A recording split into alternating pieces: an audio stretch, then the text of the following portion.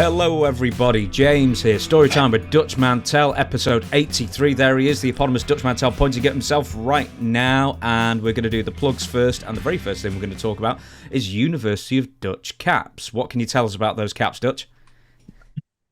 I have 10 left, and they are for sale.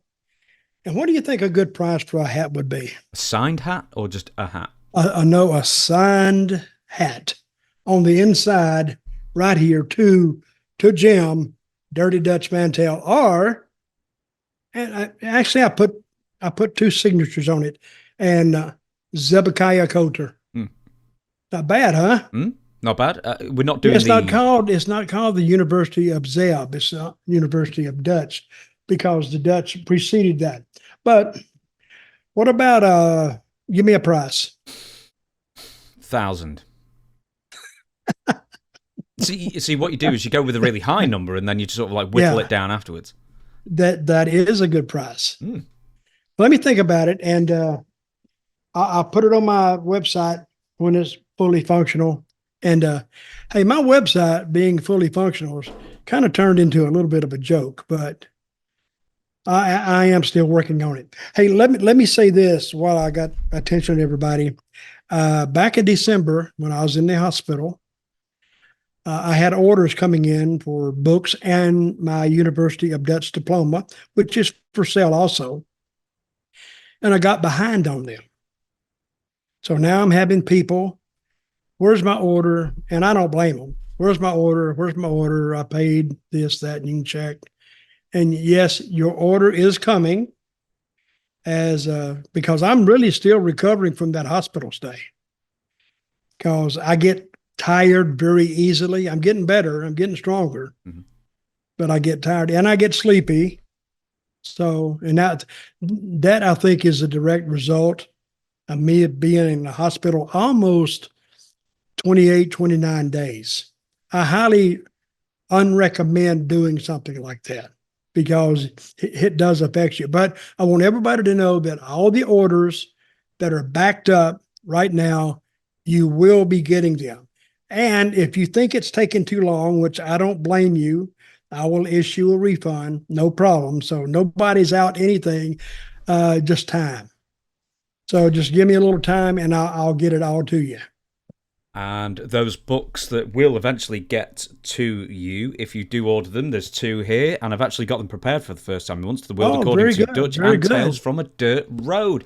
Links are in the description if you want to go to Amazon. If you want them signed, you contact Dutch himself at Dirty Dutch Mantell with 2 L's at gmail.com. And I've actually got my books as well, Owen Hart, King of Pranks, and Dwayne The Rock Jonson, the People's Champion. From WWE to Hollywood, there we go. I forgot the last bit of that book. It was a couple of years ago when I wrote them, but they're very, very good books, and they've got great reviews on Amazon as well. You can't buy them signed from me. Now, we've got two things we're going to be doing on this podcast. One, the news, as we always do, Dutch. And the second one, I put out the feelers on YouTube and Twitter at WSI_YouTube, I think, or X, or whatever we're calling it today. And I said, what is your least favourite faction in wrestling? And I was surprised about the length and breadth of different names I received. I thought maybe I was going to get about 10, and I probably got, 40 different names. So at the second half of this podcast, we're going to go through some of those, and the ones that you've got more direct involvement with, or you've watched in the last couple of years on SmackDown, for example. We'll talk about them a bit more in depth as well. But I've read them. Some of them I don't even remember. But we'll see. I've split them into two. So the ones that you probably won't have any opinion on, top half. The ones that you probably will have an opinion on, hopefully, bottom half. But we'll work on that. I'll have a damn opinion on it. That's damn sure. That's excellent news. Excellent news. Let's do some news because, it used to be guys arguing in the old days. Just guys arguing in the cars or in the dressing rooms, and then it became common knowledge, but just amongst the wrestlers that so-and-so didn't like somebody. Now, with social media, they argue back and forth where everybody can see it and think they're making points. I think we have crossed the unicorn. Is that the unicorn? Is that the word? we've crossed the point of no return. And there's a unicorn there. I guess I never understood that anyway. But I get now they argue back and forth and threaten each other and everything else on social media, knowing it's not going to happen. So, yeah, we're living in an alternate universe in the wrestling world. Yeah, we're definitely, I think just people in general, the world has changed a lot in 20 years. And the latest thing that has happened, and I think this may have happened last week, and we didn't refer to it. I think it's one of the news bits that we scrapped because there was just so much news in the last month, that we missed, and or that was last year.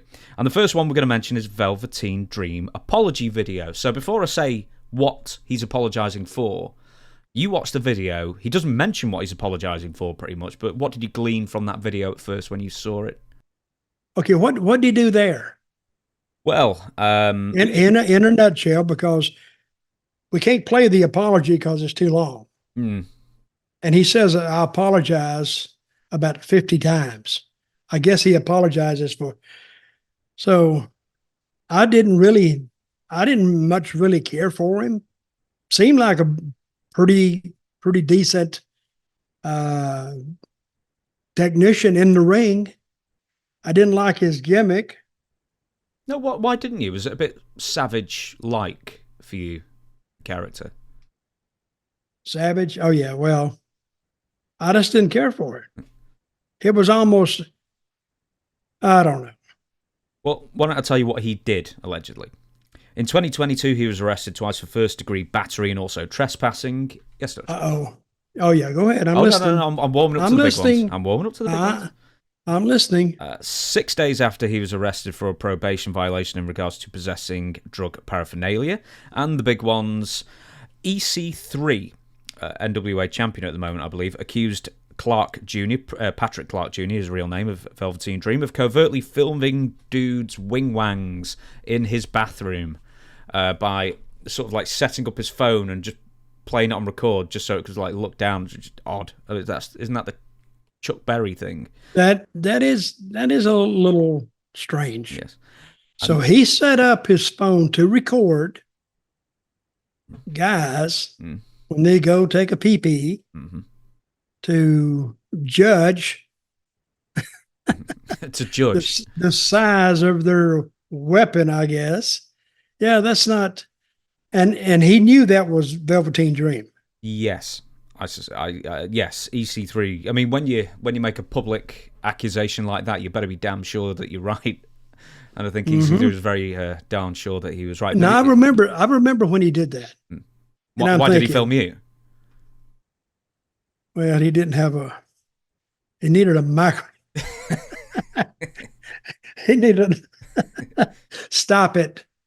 It's not about that. It's not about me. It's about all the other people he filmed. Yeah, it's about all that. But I've never heard that. Well, it's probably been done before. I just never heard of it. Oh, you've never heard the Chuck Berry one? Apparently he owned a restaurant and he puts cameras in the women's toilets. Well, I've heard of that. I got caught one time doing that. What? But yeah, it was before anybody used it, so. That's fair enough. I was also like a camera from like the 50s or something, so it was like filled up the entire toilet. Big camera sticking up and said, what the hell is this? Wait a minute, let me turn it on. It's covered in shit. Dream also in 2020 was allegedly accused of sending nude photos of himself to underage boys and an underage girl and engaging in grooming behaviour. Now, the reason, right, so this apology video came out. But a few months earlier, Booker T revealed that he had spoken to Dream, and Dream has indicated that he wants to get back into the wrestling business. Do you think in this day and age he has a hope at all of being sort of accepted back by the fans? That's a tough one. I don't think so, to tell you the truth. I don't think he was accepted that much before he did all this stuff, or before he was accused or caught doing all this stuff. I've seen him in the ring, and Would I buy a ticket to see him? No. But would most wrestling fans? I don't think so. He's got a gimmick and that's it. He should have thought about this before he went ahead and engaged in all this behavior. Oh, you can apologize till the cows come home. But it's not up to me, it's up to fans. I'm going to say, I don't think WWE would mess with him again. He was in NXT, wasn't he? Mm-hmm. And I don't think NXT would bother. I don't think AEW, they would mess with him. Of course, they may, because that ship over there is kind of floating a little sideways anyway. I think the best he can hope for is maybe some independent shows, independent bookings, but that wears thin. So I'm gonna vote the downside on that one. Will he be accepted back? Now, next one. I think this is what you were alluding to in the opening monologue, where you're saying in 2024, all these wrestlers are arguing over the air on podcasts and on Twitter and all that kind of thing. Ahmed Jonson versus Booker T. Ahmed Jonson challenged. Who's this? Ahmed? You know. Is it because I'm saying I know Ahmed? who he is. I just didn't hear the name. Oh, I'm sorry. Ahmed Jonson versus Booker T. So I'll keep this short. Ahmed Jonson challenged Booker T to a fight. Keep in mind they're both in their late 50s now. And also mocked Booker for going to prison in his youth. Booker T told Ahmed that if he keeps going after him like this, he will end up in a defamation lawsuit. Ahmed then challenges Booker T for a debate for some reason. And I wouldn't have thought debating was Ahmed's strong point. And, well, you would need a translator. Yeah. And then Booker responded with the following. Tony Norris, which is Ahmed Jonson's real name, is nothing more than a low-down, notorious, lying piece of you-know-what. He said, Low down. Low-down bastard. Okay, go ahead. He said, I started the beef with him. Ahmed Jonson actually went on record and said that Booker tried to sabotage Ahmed's career in WCW in a match. This is something that he said on record, and he doesn't know where this started from. So Ahmed Jonson needs to check himself, and get his records right. So apparently the original beef is that Ahmed blames Booker T for trying to sabotage him in WCW, but he doesn't know why, and he doesn't know where he heard that from. I don't think he needed very much sabotaging. You could watch him in the ring. And at one point, Vince looked at me and he said, Dutch, because that's my name. So, Dutch, I want you to help Ahmed. He needs some help. And I said, okay. He said, let's go and, talk to him and, watch his matches and critique him a little bit. And so I tried. I watched him in Madison Square Garden. It was like people were walking out or going to the concession stand. They weren't walking out. But he's terrible. And I don't know how he ever got booked because he's big and he had a body in those days. And Vince he liked that stuff. But, when you put him in the ring with an experienced guy, I think I saw him in a ring with, I think it was Jeff Jarrett, and Jeff couldn't do anything with him. I mean, the match just sat there and died right in front of your eyes. And it went 10 minutes, and it was, of course, the old saying, 10 minutes, I'll never get back. And then he came back, and I don't think Jeff even tried to help him when he came back. He just shook his hand and walked on by. I mean, and I'm sure Jeff said, well, this is not I'm not going to make any money with this guy. Why would I really help him get better? And, most pros say, oh, well, I'll help you. But see, Ahmed wasn't appreciative of anybody giving him any help because he kind of misconstrued the help that was given to him because he thought it was criticism. And he didn't like that. He thought he was as good as anybody on that card, which I don't blame him there because if you're going to wrestle, you got to think you belong and you have as much talent as the next guy, but he didn't. But anyway, I think his little push went a lot longer than what I thought it would go. How long was he in WWE? Late 95 till very early 98. He had a series of injuries, and then I believe it was reported at the time that he passed out on a plane, and I think WWF just cut him from there. Well, I think his initial push, lasted less than, I want to say 2 months.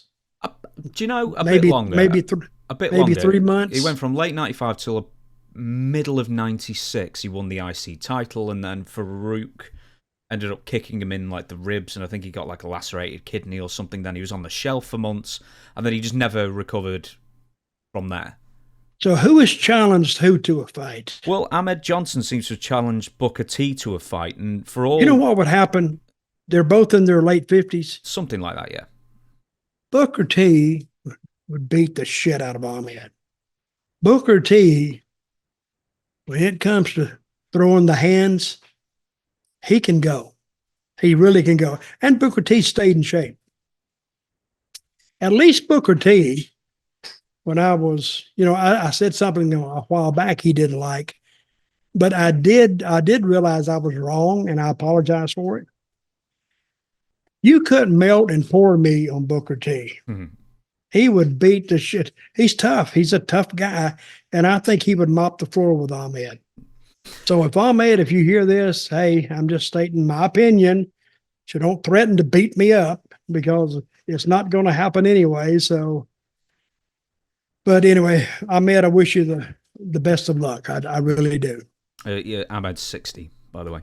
There's 2 more things that I've never brought up to you about Ahmed, or maybe I have done once. One is that he once claimed that Steve Austin had spray painted some racist graffiti on his car, and his entire basis for thinking it was Steve Austin was that a fan who just happened to be near Ahmed's car, Ahmed said to the fan, "Who sprayed that?" And the fan went, "Steve Austin," and then walked off. So it could have been the fan for all we know.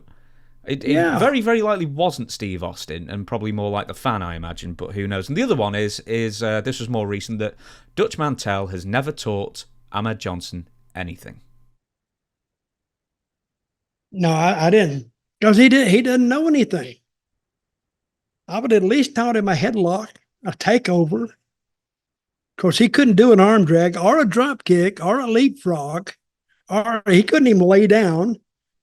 He couldn't do anything. Because, muscle guys, you can't teach them nothing. Because they're just... See, a good wrestler is like... The best wrestlers are not really... Pro wrestlers are not amateurs. Because amateurs are stiff and they're trained that way. Actually, the best guys that transition to pro wrestling are actually basketball players. You know who was a basketball player? Quite a few. Taker, Kevin Nash. Undertaker. Kane was a basketball player. And some of these guys, because, you can't be, just muscling guys around in basketball, you'll get a foul. But, hey, I played Undertaker one time, 1-on-1. But actually it was 2-on-1. It was me and a guy called Action Jackson, and we got to a town early. Have I told this story? No, I don't think so. We got to a town early, and there was some guys out there playing basketball, and gym was empty. And so Undertaker come out, and he's shooting, and I'm shooting, and then, we're all shooting around out there. So I says, hey, Mark, you want to go 1-on-1? And he said, well, let's go 2-on-1. I says, what do you mean? He said, you in action against me. I said, are you really, you want to be embarrassed? Because I'm kidding. I can't play basketball. Brother, it was a game of 21. He beat the living shit out of us for 2 straight games. And we scored like, he was blocking He was blocking all my shots. So I had to back up. So like I said, I'm not that guy. I made some of them, but it was like 21 to like 7. So we played 2 games and he kind of killed us off. So I quit out of embarrassment. Action Jackson, he's a big old guy anyway. He was blowed up. So was I. But Mark was out there. He was dunking and doing all kinds of. He's a great athlete. Undertaker's a great athlete. So that's the last time I played him 1-on-1 in basketball, or even 2-on-1 in basketball. I was the only time I think basketball ever came up on these podcasts before, not with us, but I remember interviewing Bobby Blaze some time ago, and he said the best basketball trio in WCW was Bobby Blaze, the guy who played the Maestro, was it Robbie Eagles? Yeah, and Barbarian. I was like, what a weird trio. Yeah, what do you mean the basketball? They were just threesome. Like the informal WCW basketball threesome, yeah. The trios champions. They were the champions? Yeah, apparently so in WCW. Now, I wouldn't imagine. Who was the guy that was the orchestra leader or whatever? Or the Yeah, that was Maestro, Robbie Eagles, yeah. He didn't affect me as be a good basketball player. Or Barbarian, maybe. Barbarian was a pretty good athlete. You just scared the shit out of everyone, just make them leave the court, I imagine. You win by default. Yeah, you wouldn't. Barbarian, he was, he didn't even look like a basketball player. So, but anyway, I didn't know that. Next on the agenda. I think he's lying, to tell you the truth. I wish he'd have Barbarian. I wish he'd have played Undertaker and Kane, by God. That could have been 3-on-2. And they'd have still got the crap beat out of them. That'd be but interesting. I'd have been the referee. The next on the agenda, your favourite, Karrion Kross and Scarlett. Yep. Attempt another repackage in WWE. Is this like maybe their third one? I don't know. And then along with the re-debuting Authors of Pain and Paul Ellering. So Karrion Kross and Scarlett are now aligned with the returning Authors of Pain. Authors of Pain were released back in 2020 with the whole there was like a giant round of like COVID cutbacks, and they were 2 of them. And the legendary manager Paul Ellering, who managed OAP in NXT but didn't follow them to the main roster. So AOP in recent years may be most famous for trying to... I don't know if you heard about this. Authors of Pain tried to do a independent 10,000-seater wrestling show featuring mostly people who had been fired from WWE in 2020 and 2021 in Nottingham, about 80 miles down the road from me, at the Motorpoint Arena, 10,000-seater, and they had Nia Jax, CJ Perry, Braun Strowman, and for some reason in the main event, MMA legend Alistair Overeem, who has never wrestled in his life. Pro wrestled, anyway. Anyway, they sold a few hundred tickets, and they cancelled the show weeks beforehand, and the company was called Wrestling Entertainment Series. So this was meant to be a series of these things that never got off the ground. I wonder why they didn't sell any tickets. Oh, my God. Oh, dear. Karrion Kross returning, then, or yet another repackaging. Well, I'm not changing my attitude on him. It's dead on arrival. He's already... the people are just not responding to him because there's nothing to respond to. If he's going to do anything, he needs to do something to somebody that the fans give a shit about. Going in there, and I don't think the Street Profits, I don't think nobody really cares about them. Yeah, I was going to say that he's teamed with Authors of Pain, and they attacked the Street Profits and Bobby Lashley. Yes, there we go. But still, nobody give a shit. And even Bobby Lashley is in there. There's something, again, it's not up to me. I'm just watching it. And believe me, watching all this TV that you forced me to watch, by the way. What? Is cruel. Sports Keeda forces you to watch SmackDown. I don't force you. Oh, yeah, they do that. So it's cruel and inhumane punishment. I think if a guy is convicted of a serious crime and he's given, say he's given the death penalty, so they can give him a choice. They'll sit him down and tie one hand down, the other hand, oh no, just tie one hand down and both feet tied to the chair to where he can't leave. And then put a cyanide pill within reach of his other hand. And tell him he's going to have to watch wrestling, say 20 hours a day for as long as he's alive, or, now this guy's been sentenced to death, or he can take himself out by taking that cyanide pill. I think it'd take him about maybe a week. He'd say, screw this. And he'd drop that cyanide, and thus relieving the state of any like capital punishment laws or anybody that doesn't agree. He took himself out. So, and I would put the Karrion Kross, some of his matches up there, as well as Velveteen Dream. Put him up there too. So, have we talked about him yet? Oh yeah, we've already talked about him. Oh, okay. Sorry, we were talking about him off air as well. We can't quite remember what's been on and what's been off. Karrion Kross. Okay, say you have What's wrong with him? Well, no, I'm just saying, like, if you have to keep him on the roster, and, like, you can't just fire him. What do you do with him to actually make him interesting then? Just to, attack Roman Reigns? No. Hell, that would hurt Roman Reigns. It's supposed to help Karrion Kross, but it would actually hurt Roman for him to be in the same ring with Karrion Kross. I mean, the people would sit there like this. That's what you don't want them to do. There's nothing. Now, I heard he was very good in NXT. Is that true? Which one? Karrion Kross. Yeah, I think he was presented differently. He was presented differently in TNA as well. And I don't remember him in TNA. I think. This was. I don't think you were there at the time. I think what it was is that when he goes to the main roster, he isn't as big of a guy as he was in NXT. So he was like the unstoppable killer in NXT.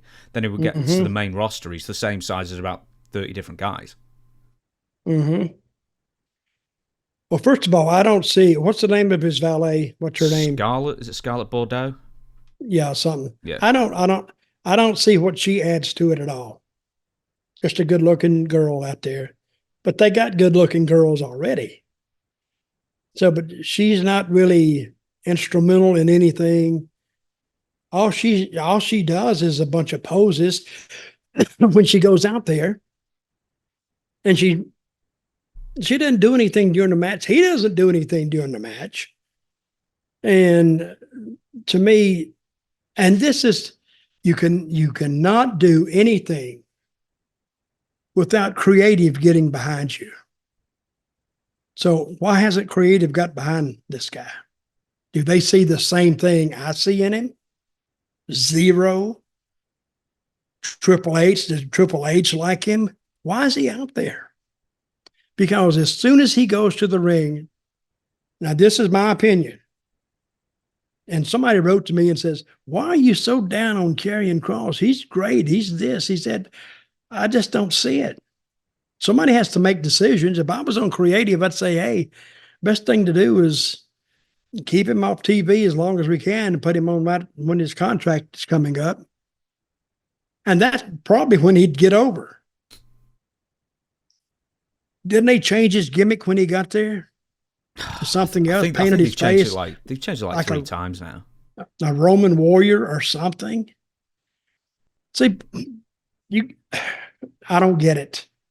I think we have crossed the threshold in wrestling that people can, and I don't think we really give the fans enough credit to sit there and expect them to watch basically something that's not interesting at all.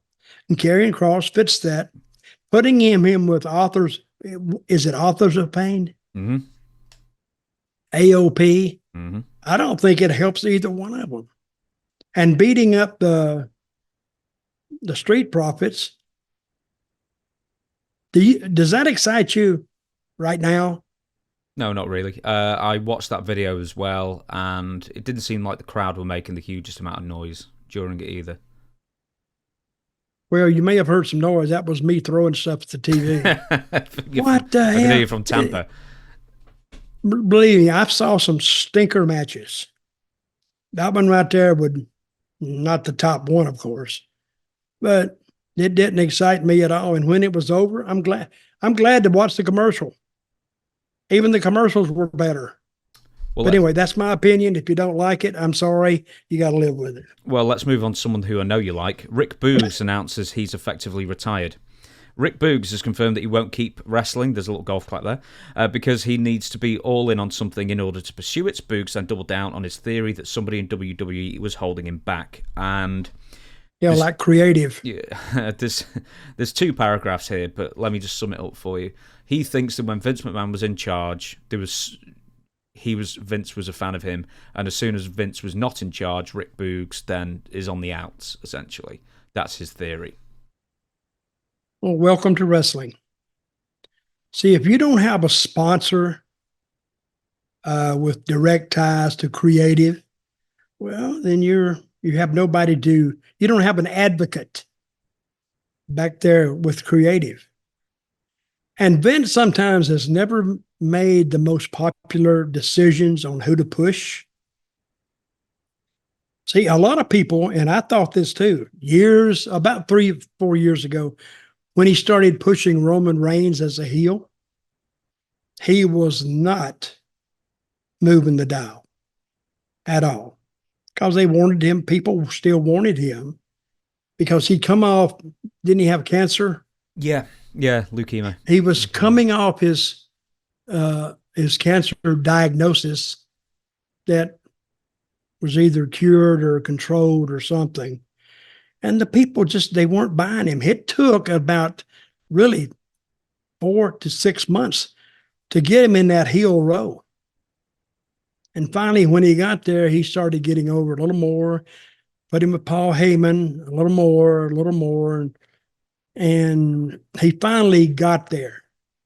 But now when he's gotten there, you hear fans screaming, "Oh, we need to beat him. Cody needs to beat him. This needs to, what a pop the crowd would do." Yes. But creative worked 3 years or more on Roman Reigns, and they're not going to throw away just beating him, say, in Montreal because he was against Sami Zayn, just for the pop of a crowd. They've worked too hard, and you don't throw it away just on one night. If they had beat Roman Reigns with Sami Zayn, they would have had to go back to the drawing board.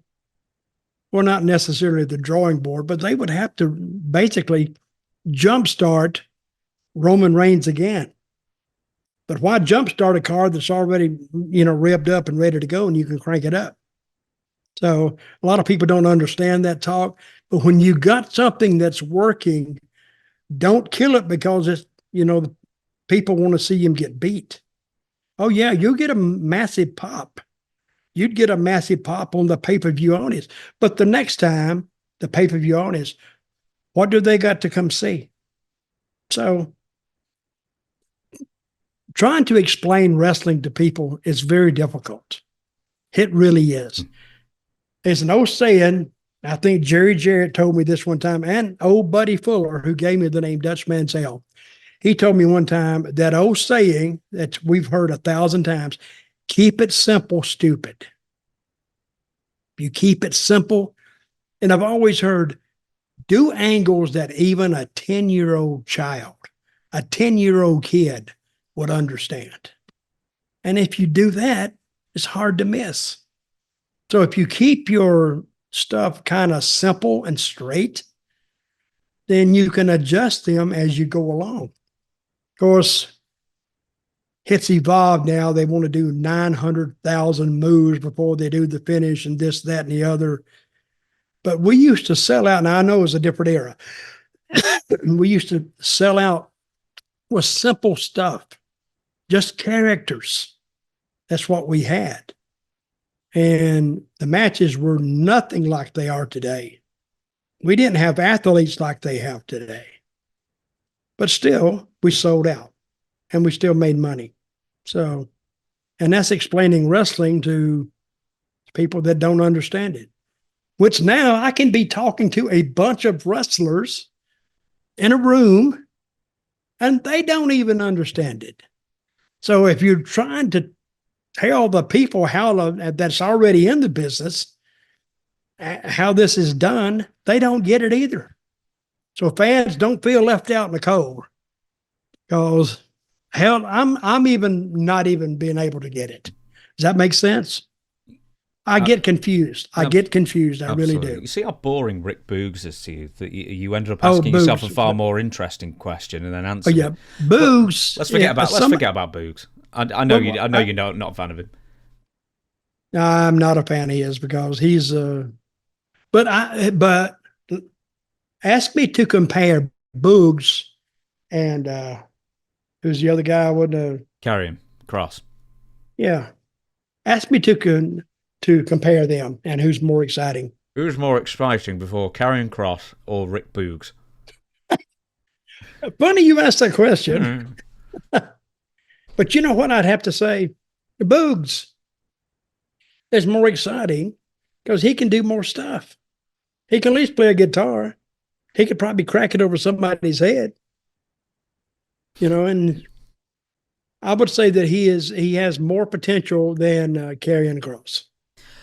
Does that make sense? Yes. Does that make sense? It does. We should move on. That damn camera of yours started moving again, and it sort of like brought you. It cuts off this anyway. We can't work the motion controls. Where did you get this camera? Amazon. Ladies and gentlemen, I just want you to know this camera was a gift from Mr. James. Correct? Yeah. When I'm there in March, I'm going to set you up with a new, more professional setup from so look out for that. March onwards, hopefully we'll have a far better setup. Next, and this is an interesting one, Matt Striker. I don't think he's completely... I know him. Yeah, I don't think he's completely, he's done quite... He was an announcer in TNA, right? Or no? Yeah, he's been announced in quite a few places. I think he's done his odd boo-boo on commentary once or twice before, but this one, quite a few people jumped on him for. So Matt Striker was commenting on a match with Jacob Fatu versus Matt Riddle, and was impressed with what he was seeing from Riddle during part of the match. Striker said the following: "How do you let this guy go?" Now keep in mind, Riddle's just been fired. "This guy is a star, a mega $1 million star. I don't care what he does. How do you let him go?" As in firing. "He can do whatever he wants. He can kick your ass. Anyone out there has got a problem with him, step to him out on the street, watch what happens, end of conversation." Now, I've got another quote from Matt Striker, but just so you know, Riddle has had quite a few multiple accusations of sexual misconduct, including from his ex-girlfriend Daniela Petro. Riddle was accused of sexual misconduct in 2020 by wrestler Candy Cartwright as well. And anyway, not the most stellar of reputations, because several people have come out and made accusations against him. Striker then later said, "Let's talk about the elephant in the room. The court of public opinion would love to see Jacob Fatu slap the taste out of Matt Riddle's mouth, but the court of public opinion does not convict. I'm sorry, I know it's the world in which we live, but that's not the case." So there's sort of two problems there. One, that hiring Matt Striker in the first place, hiring Matt Riddle in the first place can come with baggage, essentially, because he's had several accusations leveled against him. But two, is Matt Striker then going on commentary during Matt Riddle's debut on MLW television and basically telling everybody, hey, this guy's got multiple sexual accusations, misconduct accusations made against him, ignore those, and then carry on. He did that on commentary? Everything I quoted there, he said on commentary. Why didn't they take that out? I do not know. I mean, why would you go and say this guy's... I don't get this. Again, this is another thing about wrestling I don't understand. How does that get a guy over? He sexually harassed women So he's a good guy. I don't get it. Matt Riddle has got a lot of he does have talent, and you probably draw a few dollars with him, but and his actual ability in an MMA ring, you don't really see it in a wrestling ring. He's just a barefooted guy. Looks like a barefooted Lance Von Erich, I guess. I don't get it with that guy either. That's another thing that escapes me. And how can you let him go? You let him go because he's going to bring a lot of bad publicity to your organization. So to get on commentary and bring it yourself where everybody can hear it for free, and he's still working there? Yes, both are. Yeah. I don't know. It's like every... Listen, I'm going to tell you, if I wasn't a wrestling fan, I didn't do this show, I would skip wrestling the rest of my life. I wouldn't even watch it. You have put a scourge, is that the word? A scourge? A scourge on it today that I may never be able to erase. Because I'm a pretty sensitive guy. And I've heard the same things about Matt Riddle to some of the girls. Because they would tell me things. But they didn't like Matt. No. But are the ones that I talked to, because he kind of pressed himself on them. And I don't like that. And they do have laws against that. So no matter what he's done, I don't know how he means that in commentary. I don't care what he done. How can you let him go? Well, what if he raped a woman? You gonna keep him? What if he shot a guy and killed him? You gonna keep him? You can't do that. There are some things that you got to look at public opinion that doesn't paint you in the most positive light and go from there. Alberto Del Rio, he was going with Paige. They were in TNA. That's when it came out that he had slapped her somewhere. And it hit the internet. Oh, it's on fire. He's a woman beater. He's this, he's that.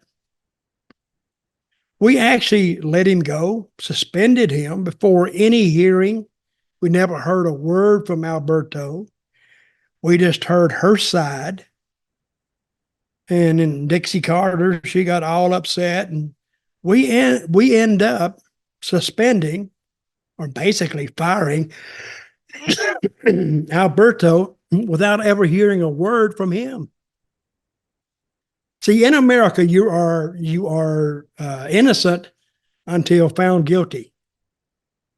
But there, in that case, he was guilty without ever hearing a word from him, just by the word from Paige. It could have happened, but we should have heard something from Del Rio, but we didn't.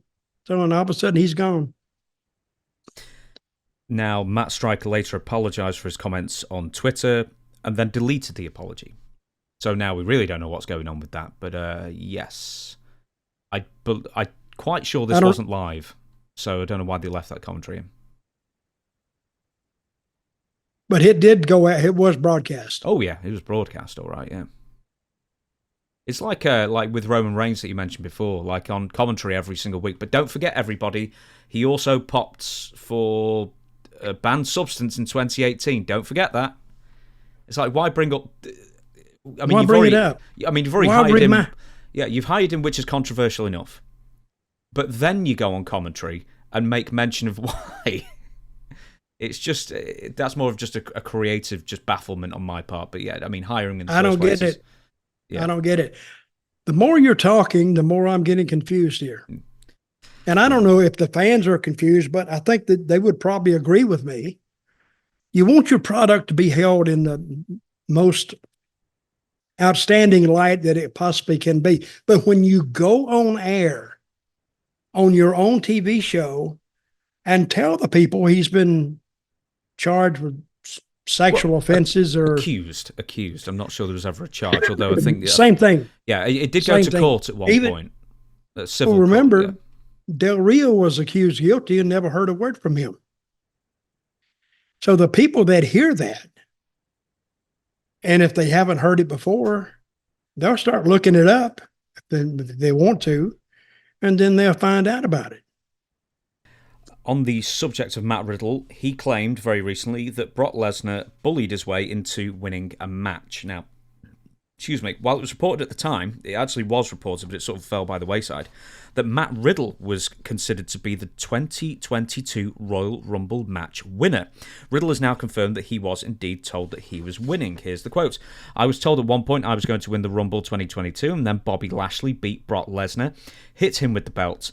Brock came in, didn't want to do business with everybody, and said that he was winning. Nobody stood up to him. I didn't either." So, Brock Lesnar just roll in and say, "Buddy, you're not winning this, I am." And everyone went, "Ooh, okay." Yeah, but I think that stems back to Brock's relationship with Vince. And Riddle, he hates Riddle. Lesnar has always said he. Yeah, they got in a big argument backstage somewhere, didn't they? Yeah. And it was filmed. I don't know if it was filmed, but I think it was Riddle consistently trying to force a program with Lesnar, and Lesnar doesn't want anything to do with him. Well, it's his career. But he has a relationship with Vince, or had a very close relationship with Vince McMahon. Excuse me. This is when Vince was still in power. Mm-hmm. And when he walks in, he said, "Hey, I'm winning it, guys." That's it. Which sounds very, very out of place in a WWE setting. That he walks in and says, "I'm winning it." Now, didn't they check with Vince? Didn't they check with somebody? Didn't they check with Triple H? So I guess he went in there and he got his way. But then again, they say, well, who can beat him? Well, that's not our game, is who can beat him. It's who we can tell the most interesting story with and draw some money. Now, I'm glad you mentioned that, because Matt Riddle, if he had won WrestleMania, the Royal Rumble, he would have then gone to WrestleMania to face Roman Reigns in the main event. Now, this is at the beginning of 2022. Matt Riddle was still teaming with Randy Orton at the time in the RK Bro tag team. If you cast your mind back, nearly 2 years at this point, do you think that Matt Riddle would have been taken seriously as a main eventer for WrestleMania at this time in his career? No, I don't. I really don't. Brock Lesnar, different story. He's accepted as a main eventer, former champion, tough son of a gun, tough son of a bitch. I don't think the fans looked at Matt that way. I think they may have liked him a little bit.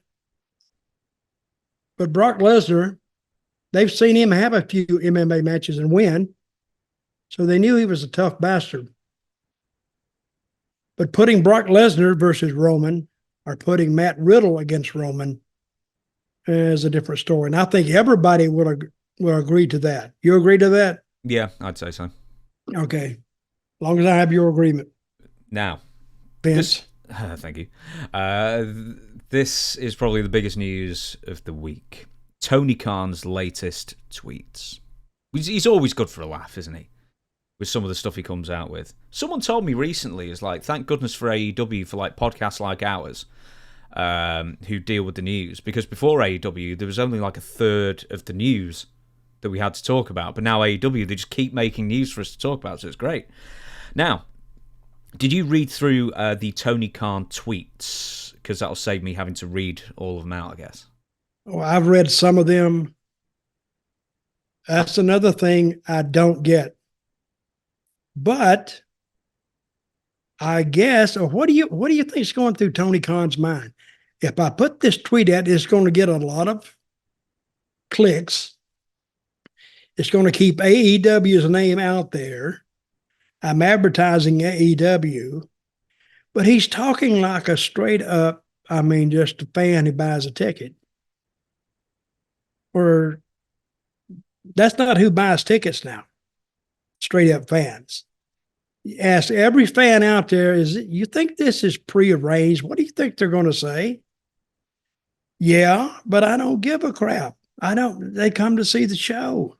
They come to see what the guys can do and the stories, and they don't really give a crap about the actual wrestling part of it. Some do, but that's your hardcore crowd. But the hardcore crowd, they want to see blood and guts and chairs and razor wire and tables and everything else. But they're the ones who are also going to be checking Twitter, most likely, as well. Yes. They're going to be the more hardcore fans who buy the tickets and follow this more closely and follow Tony Khan. Can I, if you'll allow me, I'll set it up and then I'll read his tweets and you react to it. The long and short of it is 2 title matches have been announced for television in the coming days, so these are both happening next week. Hook, Taz's son, is challenging Samoa Joe for the AEW World title for next week's AEW Dynamite, and Jinder Mahal, who's sort of come out from nowhere again, to challenge Seth Rollins for the WWE Raw heavyweight title next Monday. On Tuesday, the official USA Network Twitter account took a dig at AEW in regards to Tony Khan, always highlighting the CageMatch.net fan-voted rating scores that they receive for their matches and pay-per-views. Now, first off, just before I get to the tweets, are you aware of this CageMatch.net thing that's been coming out in this last year or so? I know the name, but I don't know what they put out. Enlighten me. So, CageMatch.net is a reference website for matches. So, if I want to know where was Dutch Mantell in 1976, it would hopefully be able to tell me some matches and promotions you were in at the time. But now, for whatever reason, recently fans, a lot of internet fans, a lot of hardcore fans now go onto CageMatch.net and then rate out of 10 every match and every event, WWE, AEW, whatever it may be. And Tony Khan, when he wants to get one over WWE, he doesn't talk about the ratings or the attendance or anything like that. He may talk about pay-per-views, because he does quite well on pay-per-view, very, very steady business, or Wembley, of course, he mentions. But then he also keeps bringing up the CageMatch.net reviews, which mean absolutely nothing in the grand scheme of things. So anyway, Tony Khan then tweets about a double standard. A double standard, Hook, 28-1 career record on winning streak, calls out the champ. This is Samoa Joe. A logical challenge sparks online outrage, and then Jinder has literally lost every single match he's been in for the past year, immediately gets a title shot. Where is the rage? And then advertise AEW. And then the second one, a moral victory for USA, the network, is one more win than their world title challenger Jinder Mahal has in the past 364 days. Because it's been literally a full year since he won a match, you really put AEW in our place, getting Jinder Mahal in a big match on your TV show. Do it more often. Man, he's really butthurt over this one.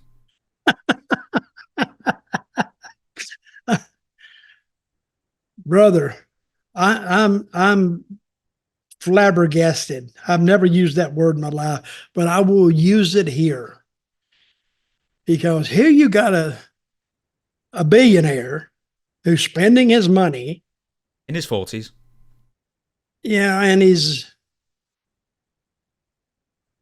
what got me was when he does the scrums. I mean, that I've never heard that before, never saw it before. I just started seeing it when he did it with CM Punk. But I don't get it. I don't know what he's trying to do.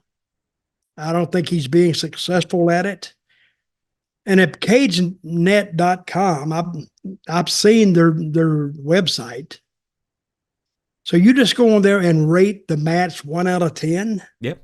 Or a wrestler, or a match, or an event. Yeah. So could I still go on there and rate Dutch Mantell? Yeah, you can right now. I could? Oh, yeah. I want to tell everybody that's listening, go to cagenet.com. Okay, cagematch.net is where you need to go. Oh, yeah. If you go to where Dutch goes, you probably get to a porn site or something like that. Stop it. Cagematch.net? Yes. Is that go to cagematch.net and get me rate me a 9 or a 10. Then they'll say, wow, where did all this late blooming success or accolades come from Dutch. He hadn't wrestled in years and years, but all of a sudden the people are rating him. What the hell? So if anybody can do it, help yourself, because nobody else is going to do it. But I'm asking for help now. Go over there and rate me. Tony Khan, what he's doing, I have no idea. I don't think it's working. And the match with Seth with Jinder, I don't think they're going to use Jinder much better. This is leading to something else. But where is Hook and Samoa Joe leading? I don't know if it's a one-day thing or... Well, Hook and Samoa Joe, for starters, when that was announced on Saturday, I mean, the fans... Okay, the big joke is that the fans in the audience went crazy. They went, yeah, no way. But obviously with AEW, they didn't actually play the audio from the fans cheering. They just had the pre-recorded video of Hook doing the challenge. There's another thing as well. Tony says that Hook is 28-1 career record, which he isn't. He's 45-1. Or if he meant 2023, he's 27-1. So I don't know where he got 28-1. Secondly, I don't remember seeing anyone complaining about Hook versus Samoa Joe. I think people are really excited for that because that's a genuine, fresh matchup with, as I say, someone with a really good win-loss record challenging the champion. It makes a lot of sense. So I don't know where Tony's saying online outrage, where I was only seeing online praise. So he's made that up to himself. The online rage he's talking about is in his head. Was Jinder Mahal and Seth. Where's the rage about that, right? Is that what he's talking about? Well, no, it's both things. So he's talking about there's no rage for Jinder Mahal and Seth, but there is made-up online rage in his own mind with Hook versus Samoa Joe, which there isn't online rage. There's online praise for that, as far as I can tell. Again, I'm at a loss for words here. Flabbergasted. I'm going to go back to my other word that I used. I don't get it. And I don't think the fans get it either. That's why AEW is struggling right now. WWE has increased their product and their audience. I don't know. I think 50%, don't you think? They've added to it. Much better show. AEW is the show that it just drags sometimes. Can you imagine a 3-hour show with AEW like Raw? Well, the Raw drags too. Yeah, Raw drags. A 3-hour AEW would drag a lot. I think AEW is in a bit of a weird spot as well because Kenny Omega's not there. The Elite don't seem to be really too much anywhere. MJF is injured. Adam Cole's injured. Sting's retiring. Ric Flair actually returned, but he'll be gone soon as well, I'm sure. They just seem to be losing people hand over fist, which is at least like the mother. What's the mother of necessity? I can't remember the phrase. Anyway, because so many people are out, that sort of created an opening for Hook to then try and establish himself as get up the card and impress against Samoa Joe. So that'll definitely be the biggest match of his career. There's one more thing I wanted to bring up, is that Tony's complaining about challenges to world titles, regardless of if they've got a winning streak or they deserve it or not. It's wrestling. Wrestling can be whatever you want it to be. That's sort of the beauty of it, isn't it? I mean, there have been TV matches you where have people to build it. But I mean, how many TV world title matches against contenders, deserving or undeserving or whatever, have there been over the years? Thousands, there must have been. Thousands. And it is what you make it. You got to build it. I mean, Hook was actually, I'm gonna give them their just due. Hook was probably, and Tony Khan said something very, very astute. He said, logically, he deserves a shot. Logically, because of his record. But if you look at Samoa Joe and you look at Hook, yeah, Samoa Joe will make him look good. But do you think he's going to win? I think Samoa Joe will win. Well, that's what I think. And even if he did beat Joe, it kills Joe, I think. I don't know how you get him back hot again. It'll take a couple of weeks to get him back where he's warmed up again. And Jinder and Seth, now you can do an angle there or somebody else, and I think that's what the people see. The people have watched wrestling so much, they kind of got it figured out their own on what's going to happen. Oh, this guy do this or this guy do that. And see, they tell the story beyond the story, what they think is going to happen. And about 40-50% of the time, they're halfway right. So if they're figuring it out before the TV tells them that they're right, I mean, it's not a good way to do business. People are not really surprised anymore. And that's how we used to draw money. You had to surprise people. You had to do the unexpected. Nobody, they could see it coming from the side, but they never realized that could possibly happen. And when it happened, it shocks them. Now they're ready to see how the story ends. It's stories. When you can tell a story, give it a logical start, a logical middle, and a logical finish or semi-finish, you got them. When I booked Puerto Rico, I never finished a story. That's why Triple H, when he made that statement, the story is never finished, I identified with that because my stories were never finished. Years ago with Vince, when they would go to a pay-per-view and they'd have a match and the babyface would win, that was the end of the story. Why? Why would it be the end? Say you sold out. These two guys have chemistry. They had enough chemistry that they could sell out a 15,000 seat arena and pay-per-view. Why would you have that be the end? Just end it, wrap it up. Why wouldn't you get away from it for 2 weeks and then come back to it with something else? But when he got rid of it, that heel would drop down and had to start working his way back up again. I never agreed with that. But then again, I don't own the company and they can do what they want to do. Does that make sense or not? Yeah, of course it does. Or am I in Gaga land? No, the machine's always got to keep rolling. Why, I mean, have a chapter, but don't just finish the story and then you've got to start from square one again. Well, that's what HBO went to. Mm-hmm. I mean, Netflix, they have these little, I call them vignettes, little segments, little episodes that lead you to the finish. But a lot of times I've even found out about that. The finish is not satisfying. They don't know how to finish them. Of course, wrestling doesn't either. It started with wrestling, I guess. But I don't know. I'm just here chattering this morning. I have no idea what I'm talking about. Very quickly, what did you think of Jinder Mahal as a worker? I don't know how much you've seen of him. Was he on SmackDown? Was he on Raw? How much have you seen? Oh, I know him. I know him quite well. Okay. Well, not that well. But see, when they started pushing him and put the title on him, they wanted to do. They had a run of India. I mean, they had a tour of India coming up. Mm-hmm. Now, India is a poor country, but it's got 1.4 billion people in India. So if you could get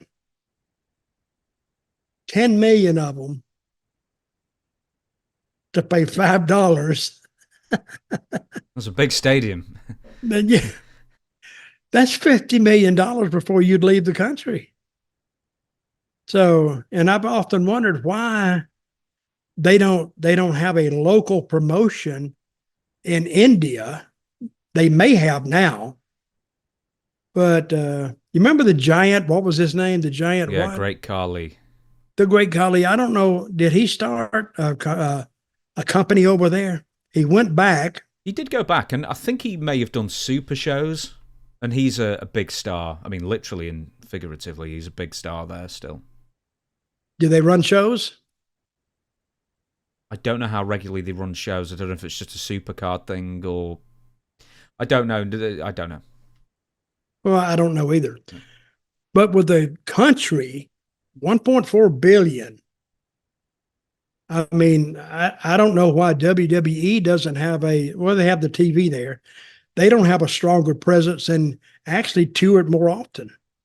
We have one more bit of news to go through, and then we're going to go into our main event, and it's Chris Jericho versus MVP boat fight. But I actually forgot to write anything about this. Have you heard this? Yes, I've heard it. I heard it when it happened. Did you really? I heard something about it. Well, tell us what you heard then.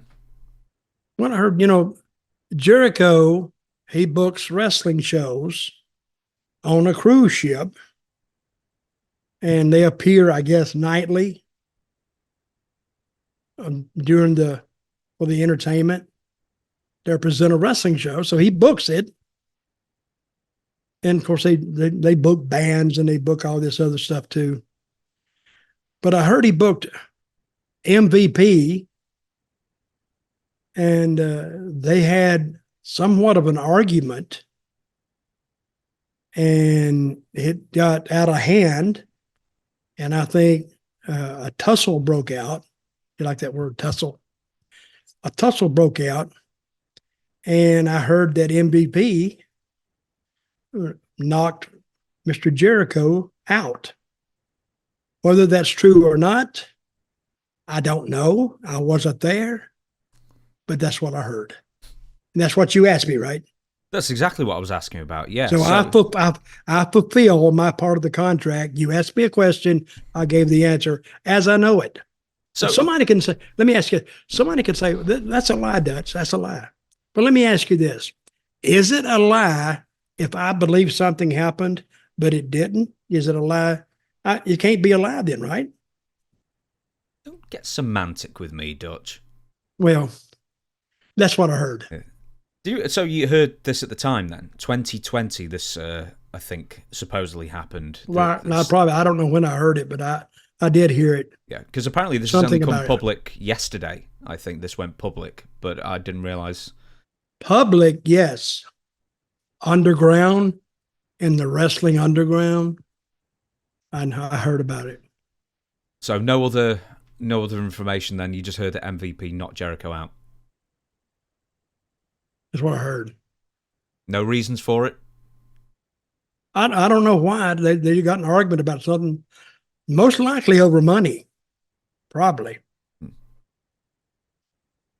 Right then. We are going to move on. And you didn't hear anything about it? No.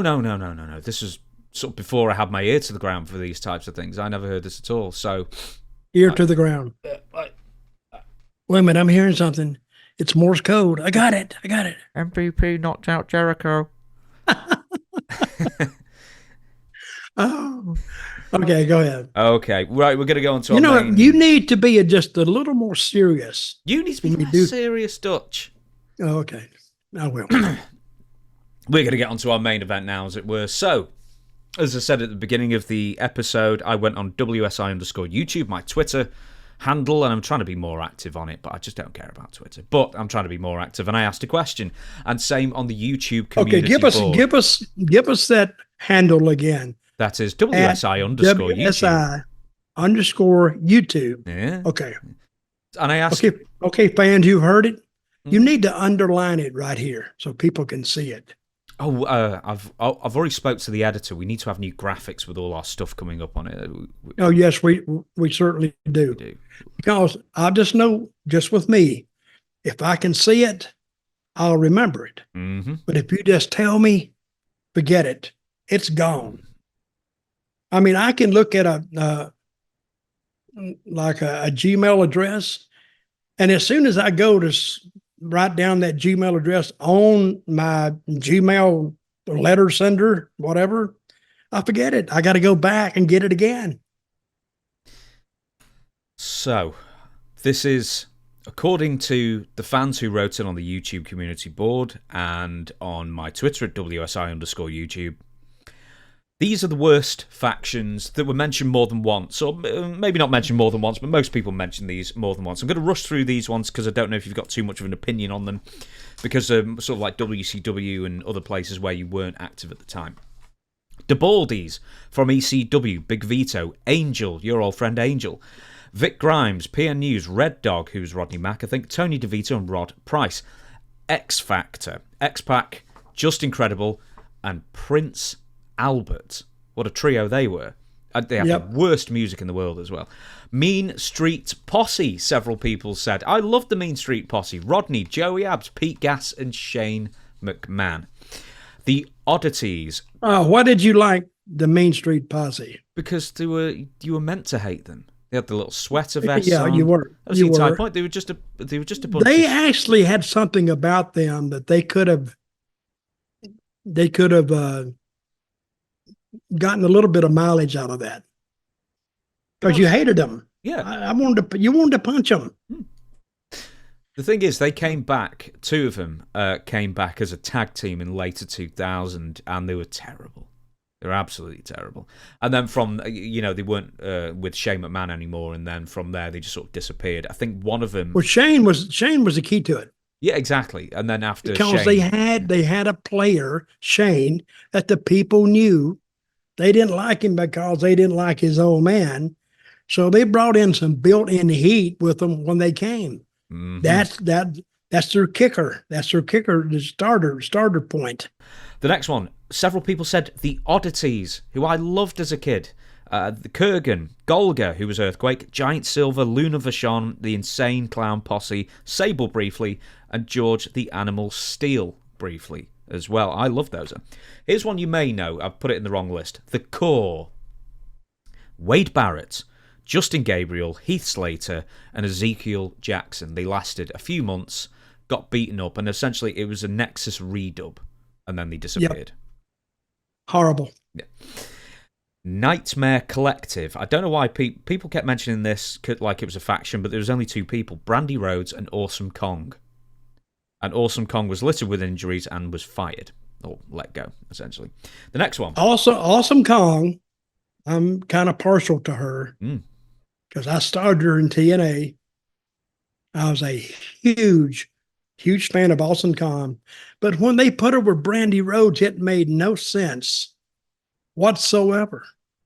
That's almost putting vanilla with chocolate, and it didn't mix. I mean, I created Kong to be a female version of Abdullah, and she got over. Big time got over. But to put her with Brandy, and Brandy couldn't work at the time. I don't know if she can now or not. She doesn't wrestle anymore now, so. Yeah, she doesn't wrestle anymore, so it didn't matter. But that didn't help Brandy. It actually hurt Kong. So they didn't draw any money. Yeah, they had a thing apparently where they were cutting hair. Like Awesome Kong would be cutting hair immediately. It's like Brutus Beefcake. See, that's where they try to put a story with someone who doesn't need a story. She was the story. Anyway. Next one. The Dungeon of Doom from WCW and Kevin Sullivan, and then there'd be in the throne is King Curtis Iakea as I can't remember what his name was, wasn't it? He was the evil emperor essentially, and then we had Beefcake in, and then Kamala and Earthquake as the shark or something like that, and then there were millions of them, millions in the dungeon. That was a Kevin Sullivan invention. Sullivan, my son. Yeah, it's great. I kind of liked it myself. Right, I didn't even realize this had a name, and I was watching at the time. I promise you, Thuggin' and Buggin' Enterprises. Teddy Long's group in WWE that featured Rodney Mack, Jazz, D'Lo Brown, Mark Henry, and more. So I didn't even realize it had a name. And more, meaning other characters? Other characters, yeah. I don't remember that one either. WCW, No Limit Soldiers, Master P, who was a rapper, a hippity-hoppist. Oh, what? A rapist? Yes. Hey, if you take one P off, he'd be a rapist. No, then he'd just be Master. He'd just be Master. Okay, he wouldn't be Master P. Rapist. And dozens of his friends, dozens of them would turn up and they go, hooty-hoo, and his bodyguard, Swole, who was his real bodyguard, WCW, he wasn't a wrestler, signed him to something like $400,000 a year. No. I promise you, This was WCW wastefulness at its height. And then they introduced people like Brad Armstrong as BA, and Conan and Rey Mysterio got lumbered with them briefly. Next up, another WCW one, Misfits in Action. And a Vince Russo classic here, where he renamed Bill DeMott General Hugh G. Rection. You must have heard of this. I did hear this. I did like Hugh G. Erection. I did hear about. I did. And there are other ones. Hey, they should have been in the restroom when what's Velveteen, his name went through. Velveteen Dream. Velveteen Dream put his camera up. Yeah. See, wrong era, Velveteen. Wrong era. The camcorders weren't as personal and easy to move around in those times. And then there was others, like Chavo and Lash LaRue and stuff like that. AEW's version of American Top Team with Dan Lambert. Do you remember Dan Lambert? He would come in. I do remember him. He was sort of like Jim Cornette pastiche in AEW, wasn't he? And where TNA? AEW. Dan Lambert? Yes, but Dan Lambert that ran the MMA school? Yeah. So I think you're right. I think he was in TNA at one point, but then he ended up in AEW as well. Hey, we had that Kobe guy, Kobe Covington. He just stopped. Yeah, he had him with him. Yeah. So, and he put him out there to do interviews, and he was okay. And he could probably get some heat, but thing is, they had no experience. You just can't put anybody out there just because they've done MMA or talked. We thought by putting him out there, I guess, I didn't put him out there, that he'd get a ton of heat, but a lot of time I think what he did, they just changed the channel. I'm just actually looking at this. It's members. Here we go. So this is the AEW version. Oh, I'm sorry, in Impact. Dan Lambert, Andre Arlovsky, Colby Covington, Conan Silveri, doesn't even have a Wikipedia page. Gleason Tebow, John Hartnell doesn't have a thingy. KM, don't know who that is. King Mo, which I do know. Lashley. Then there's an MLW version, but then the All Elite Wrestling version, Andre Arlovsky, Austin Vanderford, Jorge Masvidal, Junior Dos Santos, and Paige Van Zant. And then the wrestling version of it, or the wrestlers, Ethan Page, Scorpio Sky, and Lance Archer. Moving on. Paige Van Zant. Yeah, that's a female, right? Yeah, she was the blonde chick. She's gone into the bare knuckle stuff, and then she's got beaten pretty much every time, I think. I don't know if she's got any wins there. Next is, and this is a TNA one, but this was after you left, Immortal, led by Hulk Hogan and Eric Bischoff, and featured no less than 18 members, including a referee, and also an alliance with Fortune, which was, I think, Ric Flair's group at the time. But I know you weren't there for that one. So next one, Right to Censor, people said. Several people said Right to Censor. And everyone said the same thing. It's not that they were a bad group and they got what they were doing. It was railing against the right-wing Parents Television Council and L. Brent Bozell. I think people either complained... Wait a minute. How they were railing against what? The WWF was getting targeted by a Christian activist group trying to clean up television called the Parents Television Council at the time. Yeah. So they created Right to Censor with Stevie Richards and Val Venus and The Good Father and stuff to then act as puritanical censors of their own television products as a spoof on the PTC. Didn't work, did it? It worked for a bit. Ivory was really great in that, I thought. I mean, Stevie was very good in that as well. Next on is, and here's for one of your friends, a few people said, The Cabinet. John Bradshaw Layfield, Orlando Jordan, Amy Webber, the Basham Brothers, and Gillian Hall. I don't remember that. Now that you brought it up, I'm glad I don't. I'm gonna call Bradshaw and ask him, what do you remember about that? I'll have an answer next week. I would love to know. I would love to know too, because I know that he hated it. Really? I guarantee you. John, when he doesn't like something, he makes no bones about it. Everybody will know about it. Everybody in the dressing room, if it comes up, he'll make a big joke and laugh. It's like a joke, but he's shooting with it. He didn't. I guarantee you, he hated that. Next one. This is very short-lived. Superstar group is it's almost like a super group of The Big Show, The Rock, Mankind, and also Test was there as well. The Union, that lasted about 2 weeks. No, yeah, I'm sorry. Have I got that wrong? I think I've got that wrong. No, Ken Shamrock's in there somewhere. I think The Rock wasn't in there. I think Ken Shamrock was. I'm sorry about that, everybody. This is the next one. This is the polyphonic spree of groups, which means just so many members. Sports Entertainment Extreme with an X, which spells out sex. Was that TNA?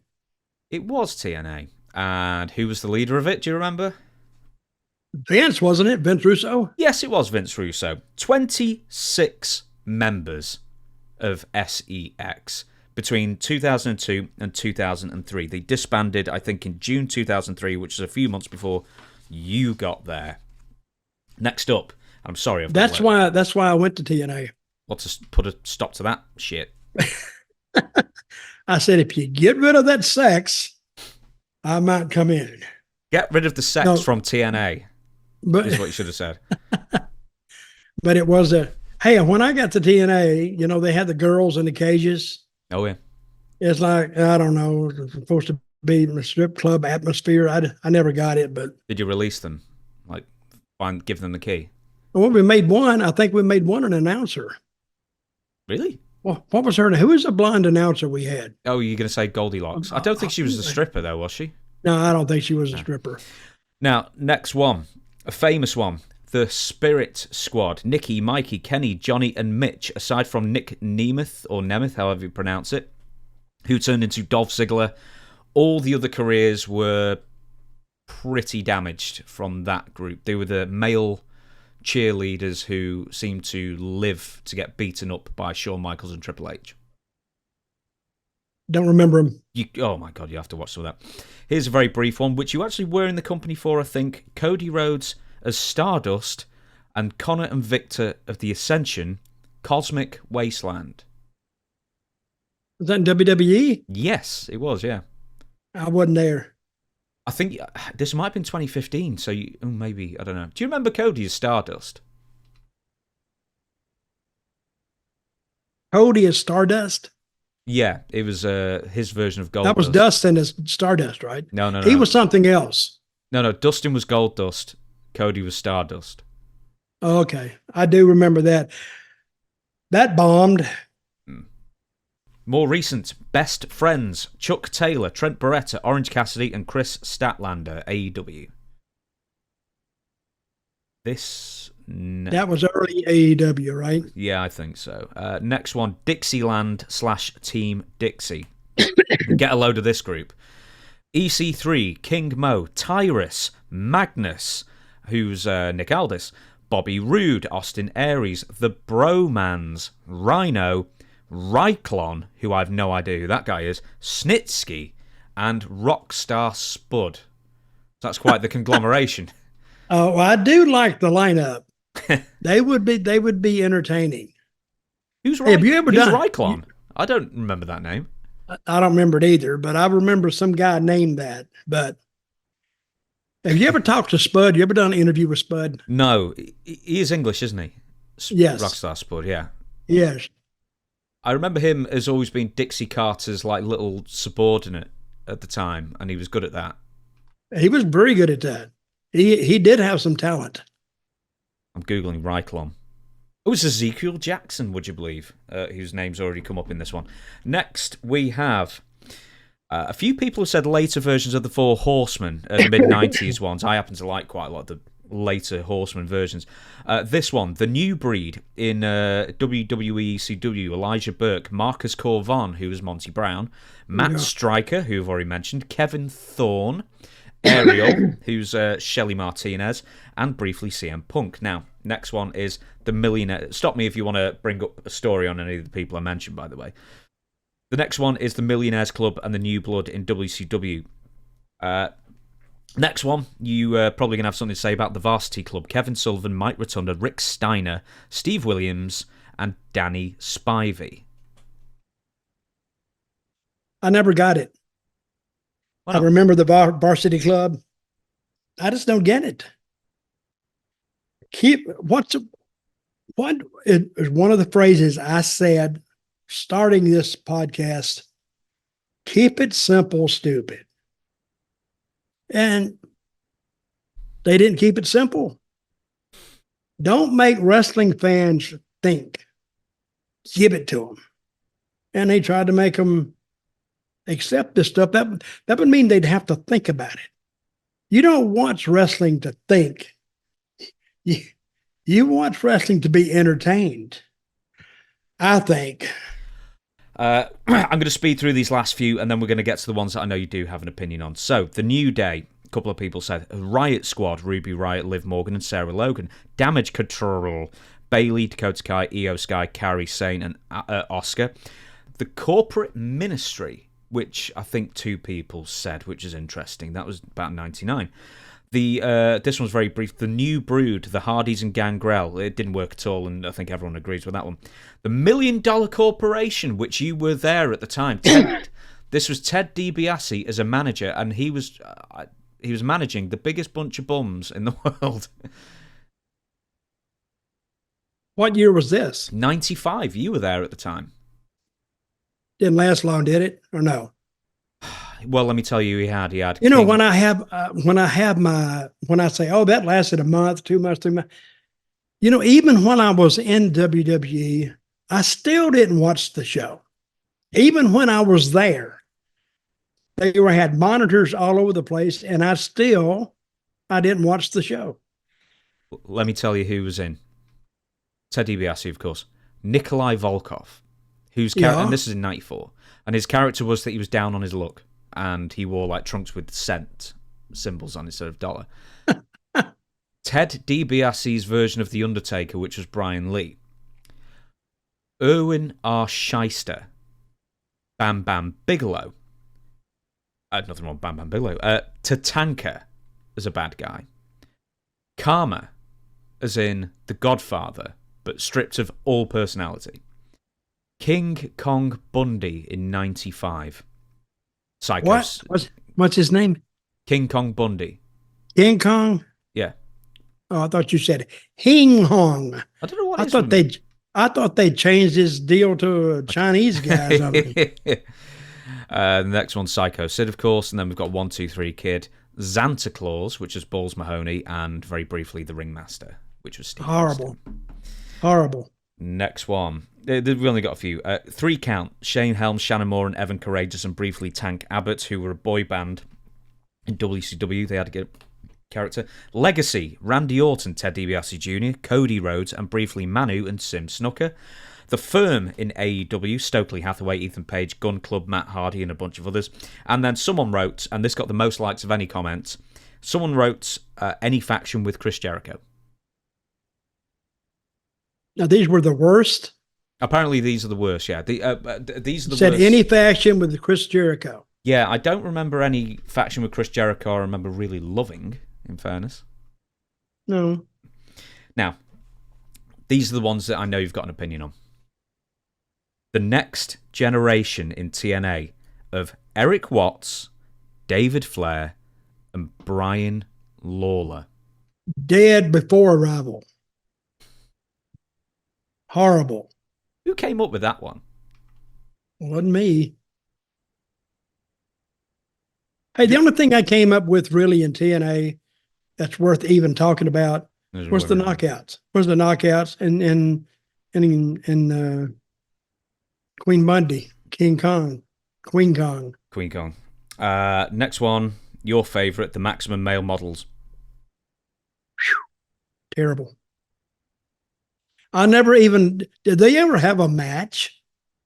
He must have done at some point. They may have had one match, but they weren't impressive.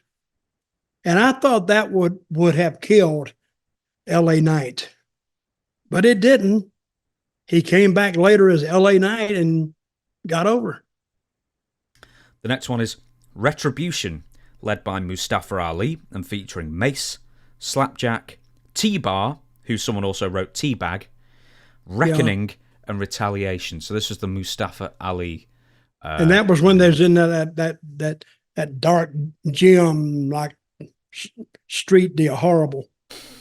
And didn't Shane McMahon be like one of the leaders of that? Wasn't Shane McMahon doing one at the underground thing? Yeah, that was it. Yeah, I thought that was it. The next one, you were in the company at the time. WWE, The Authority. Triple H and Stephanie McMahon led. 15 members in all, including Kane, Randy Orton, The Shield, J&J Security, Batista, the New Age Outlaws, etc. Too complicated. What do you think of... I'm sorry. I don't know whose idea that was. I think they were trying to get back to get that Vince magic again. Vince was magic. All the things he did out there, Vince had more heat, I think, than anybody I've ever seen.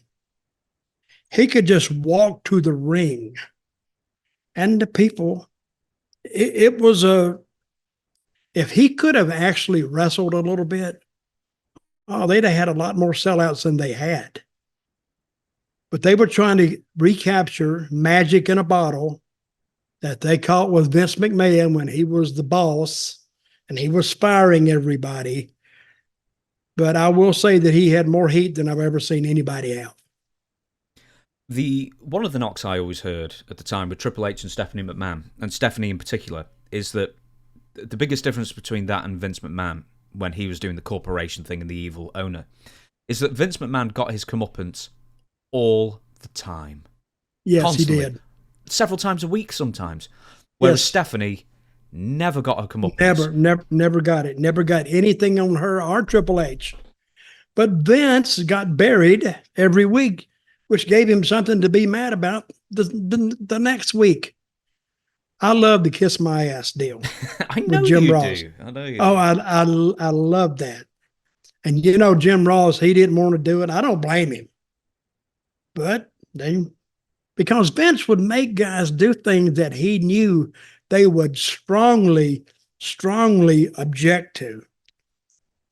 And Jim objected to that, I heard, but he couldn't object too strongly because his boss wanted to do it. But it actually turned out that Jim did get some sympathy off that, and it got Vince over more. It really did. That was one of my most favorite segments that they did. To stick with the Authority, a couple of things I want to ask you about. One is with the Stephanie McMahon character on screen. What did you think of her purely as a performer and a promo? Oh, she was good. When she cut a promo, I mean, if she had some good bullshit in there, if she had a good writer, but she always needed to, I always thought that little pampered little Ritz girl, that everybody's going to do what she wants to do, or she'd run and tell daddy. I don't know if she ever said that, but I think she needed a little bit of that. She was really, really strong in some of those interviews, almost to the point of not really believing her, but overdone just a little bit. But she had heat too. To go back on the criticism I heard back in the day was that, as I say, Stephanie never got her comeuppance, and she would emasculate the wrestlers in front of them or threaten to fire them. And the thing is that they always sort of intimated that if you are fired from WWE, you're going to be on the breadline, you're going to be claiming government subsistence, that kind of thing, where it sort of buried the company in that sense. It's like, so, like, what, do you not teach these people to save? Or do you pay them so badly? Yeah, I think what she meant was they're useless at anything else. And they might make a living in WWE, but if they had to go do something else, they'd be in the breadline because they couldn't get hired doing anything. That's what I got out of it. The next one is Jim Cornette's NWA faction in the WWF. A heel Rock and Roll Express, a heel Barry Windham, a heel Jeff Jarrett, and later on the fake new Midnight Express starring Bob Holly and Bart Gunn. Next up, And I think you worked with these guys in the USWA version of it, the Truth Commission. Quite a lot of people said the Truth Commission. 2 different versions, but the Commandant, the South African actor, I think he actually was an actor, Kurgan, Recon, who's better known as Bull Buchanan, Sniper, who's Luke Poirier, who was a Rambo, I think, in Germany, Tank, who played Mantar in the WWF, and then later in the WWF version, the Jackal. So the Truth Commission, so you actually worked with these guys in USWA? Yeah, I did. But the Truth Commission, people didn't know who that was. They showed no clips from South Africa, or they explained what the Truth Commission was. They tried to come out and do it on commentary. People still didn't get it. South Africa was kind of in the news, but most wrestling fans don't. I wouldn't follow news from South Africa. I didn't give a shit. I knew what was going on, but that was another thing that, it's like a comic sends a joke out and it doesn't land. The Truth Commission didn't land. I'm going to give you the wrestlers again. You tell me a thumbs up, thumbs down for them. So the Commandant, the manager, the South African manager. Any stories of him? Anything about him? No. They stayed to themselves. I didn't find them like guys to be very personable. I mean, they just kind of stayed off to themselves most of the time. Kurgan, I don't know if he was in USWA version. Was Kurgan there? I don't think Kurgan was there. No. I don't. Next one, Bull Buchanan. I remember him. He's from Georgia, right? I think so, yeah. And no, they wasn't a lot to him either. There was nothing to many of them. No, fair enough then. The other 2, and then Mantar, which is, in fairness, he has I think he just passed away, actually. He has a world-class, terrible character in Mantar to his name. That's half horse, half man, right? Yeah. That's what it's supposed to be. I think it's meant to be like Minotaur or something like that. Half pony. That was it. But man, him being a man, Minotaur, I got it. But next. I just got that now. Minotaur is the little horse, right? Minotaur, because a man did it. I got it. Oh, the Minotaur. Yeah. Oh, hang on. Yes. So what's the thing that's half man, half horse, and then there's the one that's half beast, half man, who lives in a maze? Please. Oh, there's something like that. Let's move on. You've lost me. Someone said the Desperados. Can you believe? Stop it. I cannot believe you brought up the Desperados. I was a member of that Desperado group. It could have gotten over, but it was formed as a comedic group in the beginning. You know where it came from? Dusty Rhodes, Dusty. No, he was watching this Western movie one night, one Sunday night, whatever. And he came up, he was looking for something for Black Bart to do and Randy Colley and me. So he threw us all together and made us the stumbling, bumbling cowboys. So we went to someplace in North Carolina. It's like a little Western town. I forgot the name of it now. And we shot all our vignettes there. We shot it in a day. And the purpose of it was we wanted to find Stan Hansen. For whatever reason, they never made clear. We never made clear. I don't know why we wanted to find him myself. And we would go to shows and Stan would be on the card. He would be in the same dressing room with us. So when we would come out, the people would say, hey, Stan's in the dressing room. Why don't you guys get him down and talk to him? It was just stupid. We did it about 3 weeks or a month, and it went south. But you know who didn't like that? I heard Stan. Who? Stan. Oh, Stan hated it. Right before, I think Dusty told Stan what he was planning to do with us and him. Well, he didn't like it worth shit anyway from the beginning. So he just up and left. So now we're looking for a guy not even there because it was cut off of that. Two other guys who didn't like it and complained to Dusty was Sting and Lex Luger. Hated it. You know why they hated it? No. It was taking time from them. Time could be better filled with them, which, hey, I didn't disagree with them, but I mean, it was going to end anyway by hook or by crook. We'd already killed the gimmick. We'd already killed it deader than a damn wingless duck. So anyway, it didn't last long. No, that was a real team effort to kill that group. Everyone was at it. Well, although I like the vignettes, they're pretty funny. Well, that's what I'm saying. It could have.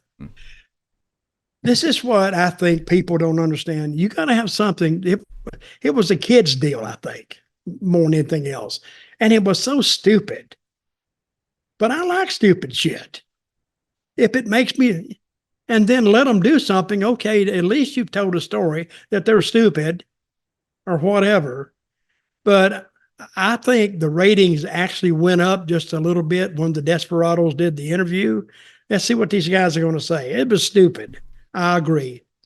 But Sting and Luger did not like it and let their feelings be known. I'm going to, hopefully, I think we might be able to get to the end of this list. We'll see. Blackpool Combat Club was mentioned a couple of times. A cool name, headed by William Regal, who then promptly disappeared. So the Blackpool Combat Club goes, leaving Bryan Danielson, Jon Moxley, Wheeler Yuta, and our friend Cesaro to sort of have like a bit of sort of like on-screen pointless association because, I mean, the reason that they were all together has disappeared. Okay, the name of it was the Blackpool Combat Club. What does that mean? Blackpool is a town in the UK where William Regal is supposedly from.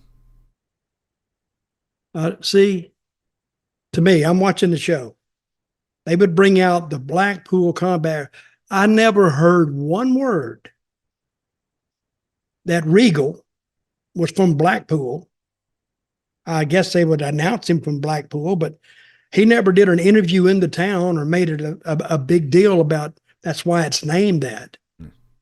But so, and they're supposed to just be a ruffian gang or what? It's a seaside resort town, Blackpool.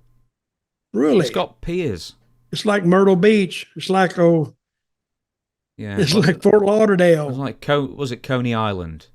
You know, it's just it's a working class seaside town. It's not really known for its street fighting. I mean, it probably is actually. There's a lot of, you know, bachelor parties and sorts that go there, so there probably is a lot of fighting that happens. Okay, and this AEW plays primarily in the States. Mm-hmm. So hang on, you're saying as an American you don't have an intimate knowledge of all the seaside resort towns in the UK? No, I do not. Okay. Leeds. Where is Leeds? That's not on the sea side. It's not? No. Give me a seaside town in the UK. See, this is what I say about this show. It's kind of educational too. So people here maybe get a little bit of a UK education here. Name a popular seaside resort in the UK. Brighton, Bournemouth, Skegness, various different ones there, you know, you can go to. Anyway, you do realise that the Blackpool Combat Club is still going, don't you? It still exists. Yeah, I like the name. I do like the name. But there's no reason for these four people to be together, as best I can tell. Anyway. So it was named for Regal. Who left? Because that's where he's from. Yeah, who left? Now he's in WWF, WWE, because his son is there. Mm-hmm. Is his son there? His son's actually been loaned out to All Japan at the moment. But yeah, essentially, he's under contract. What's he look like? Do you know? Pretty big kid. I think he's got quite long hair. So he doesn't... There's a passing resemblance to his dad. I wouldn't say he looks like identical. Mm-hmm. Okay. We're going to move on. Aces and eights. This was after you left, but oh God, that was screw that.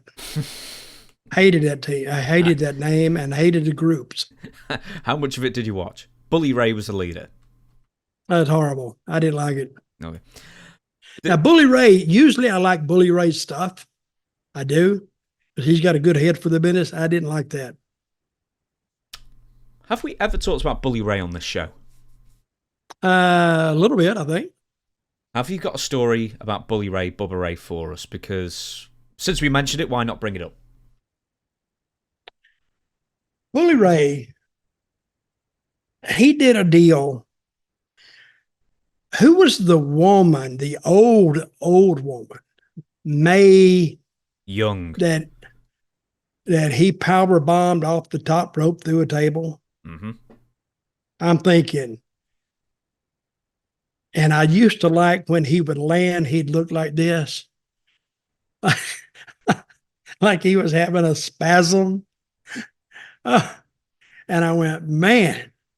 And I think, didn't he do Dixie Carter too? He may well have done. I know he powerbombed like Terry Runnels, and like when he was doing the like powerbombing women thing, he got quite a few of them.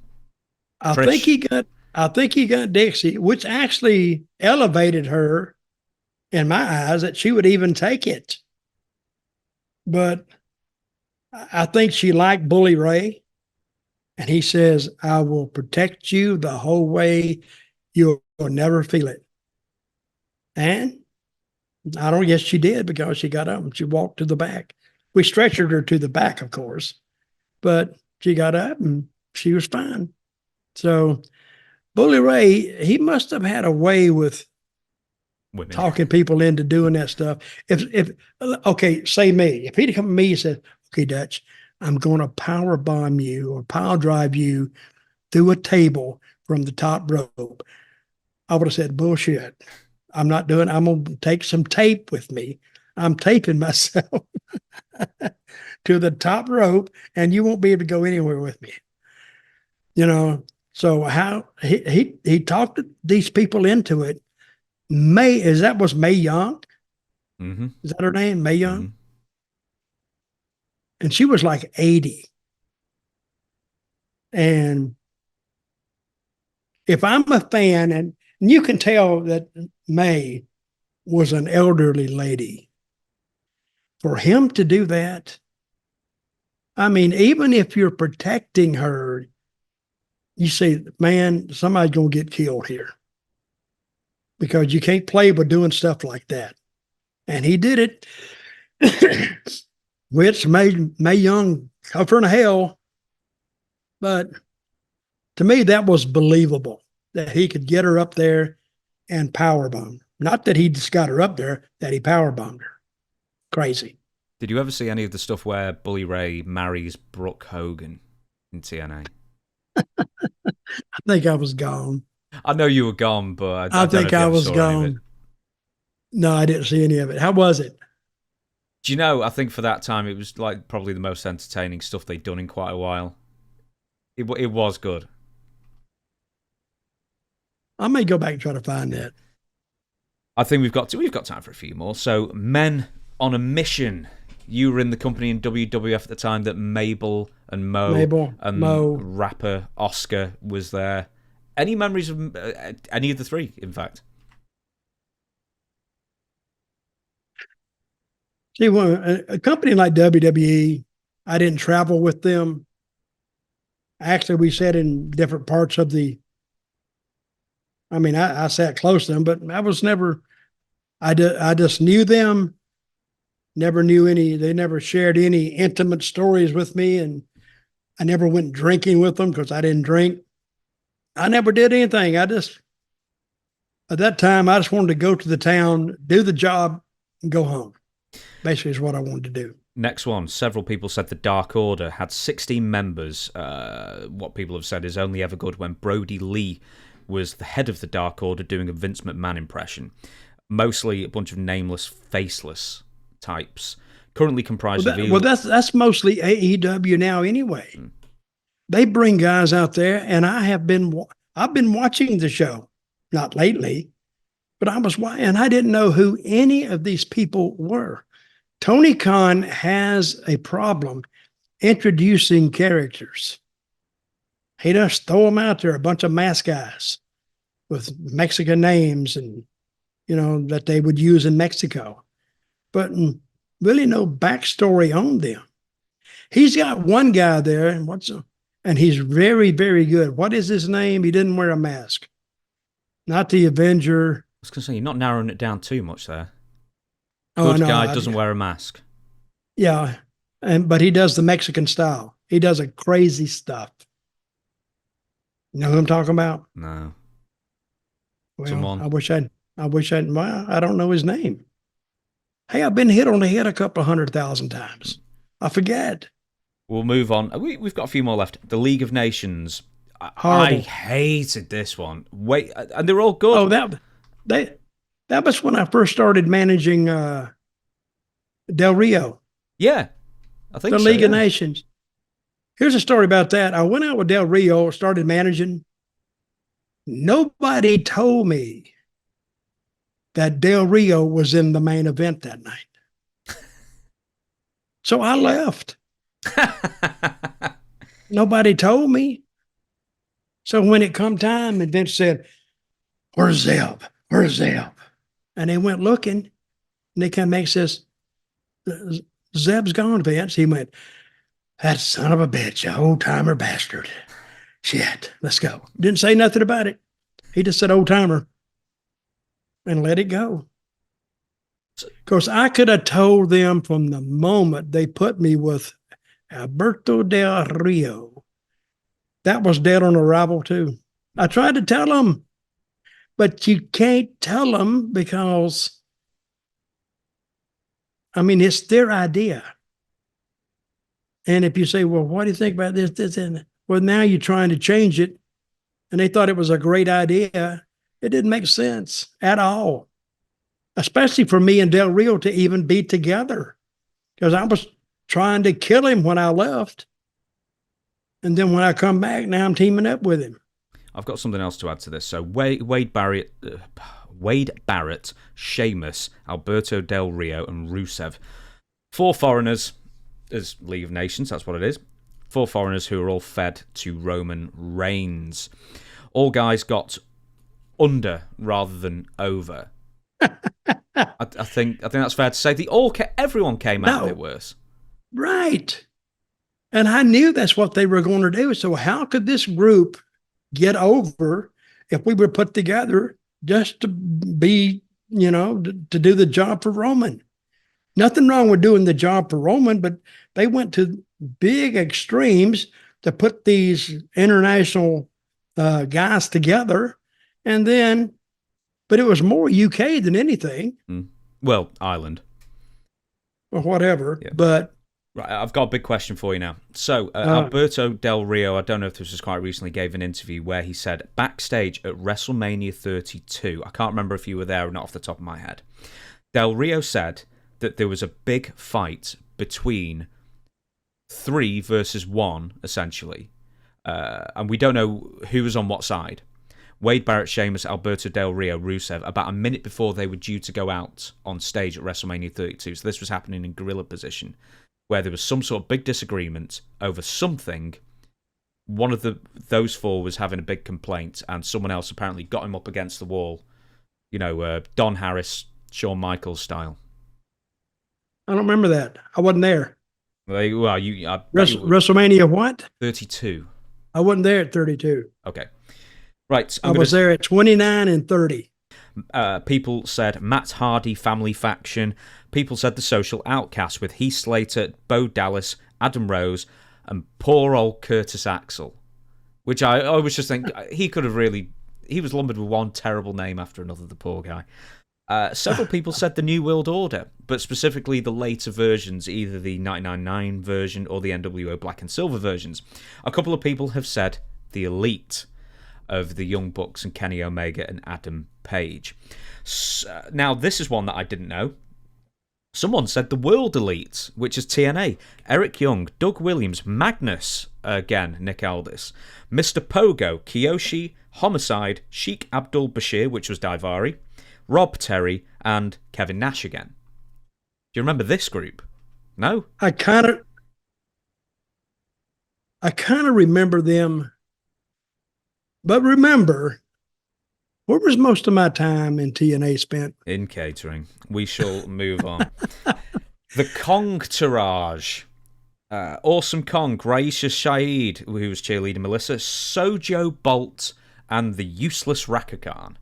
Now, I don't think we've spoken about Sojo Bolt. I don't remember her. Who was she? She was I'm trying to say it's Jackie, but it wasn't Jackie, I don't think. It wasn't Jackie. She was pretty good. I had nothing to do with putting this group together. I am responsible for putting Awesome Kong with Raisha Saeed. I thought that was an awesome pairing because that was a Muslim woman standing by ringside with Awesome Kong. And now you wonder, how did they meet each other? And I knew as soon as I got away from Raisha Saeed, they were going to kill her off, or yank something off of her or something. And I thought I would actually get a lot more heat for having a Muslim character around that ring. But I heard nothing. I heard nothing from Spike. We were on Spike then. It's Paramount now. But nobody said anything. And I said, wow. I thought I would hear something because I thought they would fear that I would do something to like embarrass the Muslim population of the world, which is the least thing I wanted to do. But they let it go. So, but they really, really, really did look good together. They were the only group like that in wrestling. And still, up to that point, we've had very few Muslim characters anyway in wrestling. They just don't deal with it. I think they're afraid of it. They are. Now, we will talk about, this is the penultimate group. We're not going to talk about them this time. We'll talk about them another time. The Main Event Mafia, TNA, the retread of the Millionaires Club in WCW, essentially. The first group was Kevin Nash, Sting, Booker T, Scott Steiner, Christian Cage, Samoa Joe, and Tracy Brooks. And the second version was Sting, Kurt Angle, who was the very skinny version of Kurt Angle at this point, Samoa Joe, Magnus, Nick Aldis again, Rampage Jackson, the MMA fighter Rampage Jackson. But we'll talk about that another time because I really want to end this podcast on, excuse me, another TNA group that quite a few people said. And I'm wondering if you remember these. This was in 2004. You were in the company. You were doing the writing at the time. The Kings of Wrestling. Scott Hall, Kevin Nash, and Jeff Jarrett, all dressed as Elvises. Or Elvi, or however you want to do that. Right. Okay, imagine I'm sitting in the creative room with Vince. And the thing about Vince is he had some wild ass ideas, but some of them weren't bad. And they all had a penchant for Elvis. And I think I saw the match. What were they called? The Kings of what? The Kings of Wrestling. We'll talk about the match in a minute, but the group itself, why were they dressed as Elvises? They just liked Elvis? I guess. As far as I know, we had no reason. I don't know. And I saw the match. We just said we'd talk about the match another time, but that was when Randy Savage first premiered, right? Mm-hmm. Yeah. His last match. I have no idea. I have no idea why they were dressed as Elvis. And if I called up Jeff right now and said, why were you guys dressed as Elvis? I don't think Jeff was dressed as Elvis, though, but Nash and Hall were. They were dressed as Elvis. So ask me why, I don't know. I have no idea. I've got a theory, and hear me out on this. Scott Hall was past his prime by a few years now. He was, the alcoholism had taken a hold. Mm. His body had definitely changed. You could see it in his face. It was a lot more puffy and stuff like that. I've got a theory that they dressed him up as Elvis so he could be in a full bodysuit. Because normally he'd be wearing the trunks. Yep. But I've got a theory that this was an excuse to give him a full bodysuit. Good theory. Okay, why did Nash wear it too? I don't know. Just because he's goofy and he thought it'd be funny, I suppose. That's the only thing I can figure out. Well, I don't think they went to the store and found a suit, an Elvis suit, that could fit Kevin Nash. He's a 6'11", so he'd have to be specially made. But they did have a woman that worked there. That was her job. So she probably put it together for him. And I'm watching the match. Are we going to talk about the match later? No, we're going to talk about it right now then. So, the biggest match that the Kings of Wrestling were involved in was a 6-man bout at Turning Point 2004 TNA pay-per-view against Jeff Hardy, AJ Styles, and I remember this was a huge deal at the time. The very last match of Macho Man Randy Savage, who had come out of retirement, who probably hadn't wrestled in about 4 years at this point. Talk about the process of getting Savage to wrestle again. I think that took some money, because he didn't want to wrestle. He didn't mind appearing on the show. He didn't mind appearing doing the commentating. He was always very vain about how he looked.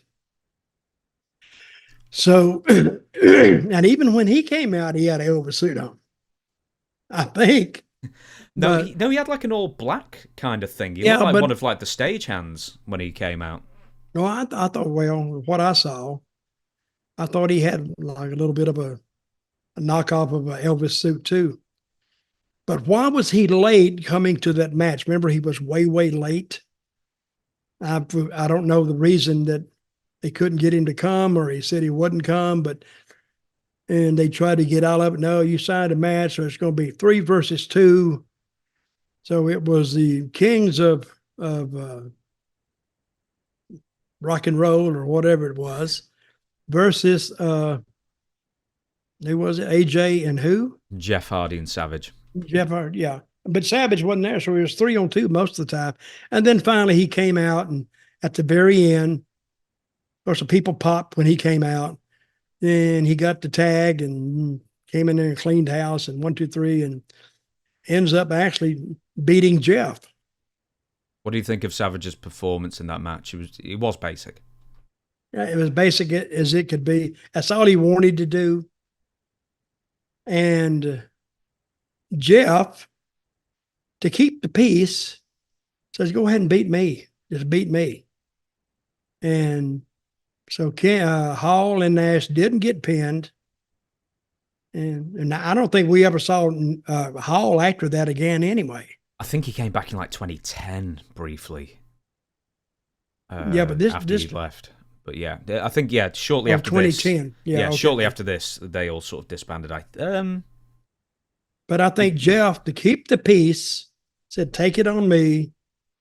And of course, when the heels got beat, they left, and the baby faces were standing tall in the ring. But I kind of felt sorry for Jeff in that. He did all the work for that team and got beat.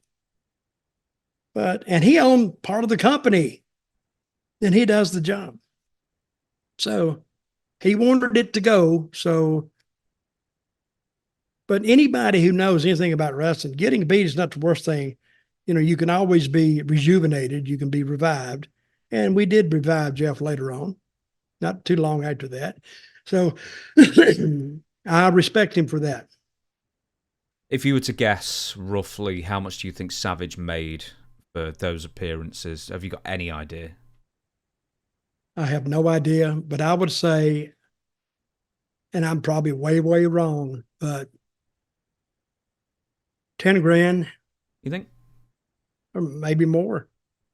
It was a pay-per-view, wasn't it? Yeah. Maybe 20. You must have seen Spider-Man, the original one, where Savage is in it briefly for a couple of minutes, and he'd go, "Bonesaw is ready," and he fights Spider-Man in the cage. Yeah. He looked amazing in that film. I mean, that was like the biggest he's ever looked. And then, like, just 2 years later for Turning Point, I mean, he's got like a full long sleeve sweater on, all in black. I hate to say it, but he's just completely gone. You know, follicularly challenged at that point. Even when he went to the ring for the match, even when he went to the ring in this match we're talking about, he was almost completely bald. Yeah. And he had his hair dark. Had it in a ponytail. Well, yeah, he had a little bit of a ponytail. He could have the thing in the hair in the back, the mullet. We call it a skullet. You know, the Hulk Hogan thing. But all the top of his head is kind of gone, no hair. And I was so bummed out because, like, you know, like so flamboyant over the years, and he seemed to age really quickly in the space of like 2 years there. So I don't know what happened at the time. I think he died not too long after that. No, he died about 7 years afterwards. He died in like 2011. Oh, did he? Yeah. He actually looked better. 20 what? Like 2011 he died. He actually looked better like around 2010. Look up when he died. I was still in TNA when he died, I think. No, I think hang on. Right, Randy Savage. I'll do it on my phone and then we'll call it a day on the podcast. May 20th, 2011. Really? Yep, so that was about good 18 months plus after you left TNA.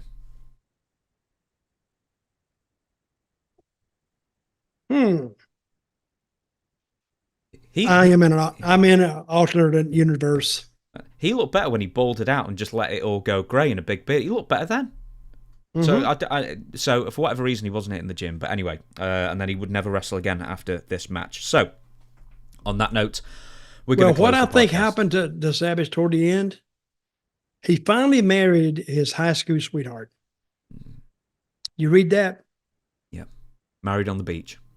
And I think he was, for the first time in his life, and I know Randy pretty well, I think he was truly happy. And I'm glad for that.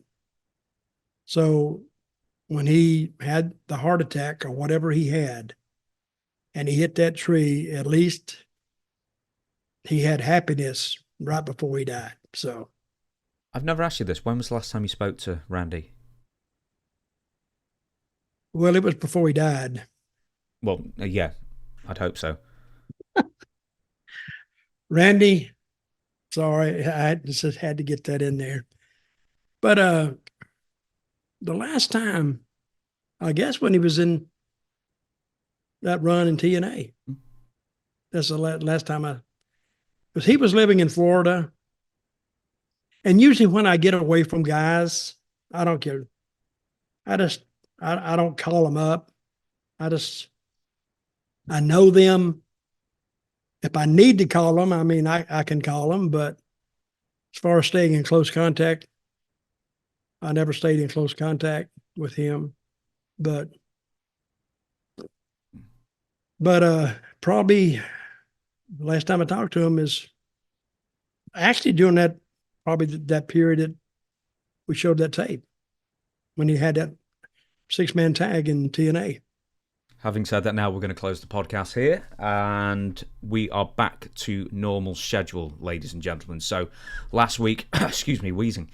Last week we had one giant episode just on Friday. We didn't do the fan question episode that appears on Tuesday just because there was so much news. But from now on, we are back to our regularly scheduled programming. So we have an episode on Tuesday coming out. And if you want to submit your question for Dutch for that Tuesday or any other Tuesday, you don't go to anywhere. You email it into questionsfordutch@gmail.com. And as you know, we've got books and everything like that. We don't need to do the plugs again. Thank you very much for watching. We're here every Friday, every Tuesday. It's 8 a.m. Eastern, and we will see you on Tuesday. I'm sorry, I'm just watching Dutch wave a hat at my face. And all that is remain for me to say, Dutch, is we the people. See you Tuesday.